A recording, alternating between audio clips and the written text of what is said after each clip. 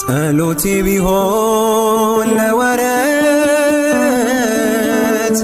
ጎዶሎ ቢሆን የኔ እምነት ባረከኝ እኔን ከሰማይ በደል ጥፋቴንም ሳታይ ቀባኸኝ መርጠኝ ከዱር ሰጠኝ ከፍ ያለ ወንበር ሳይኖረኝ አንድም በጎነት ባረከኝ በእጅ በረከት እኔ አንተ ቤት የምቆም ሰው አይደለሁም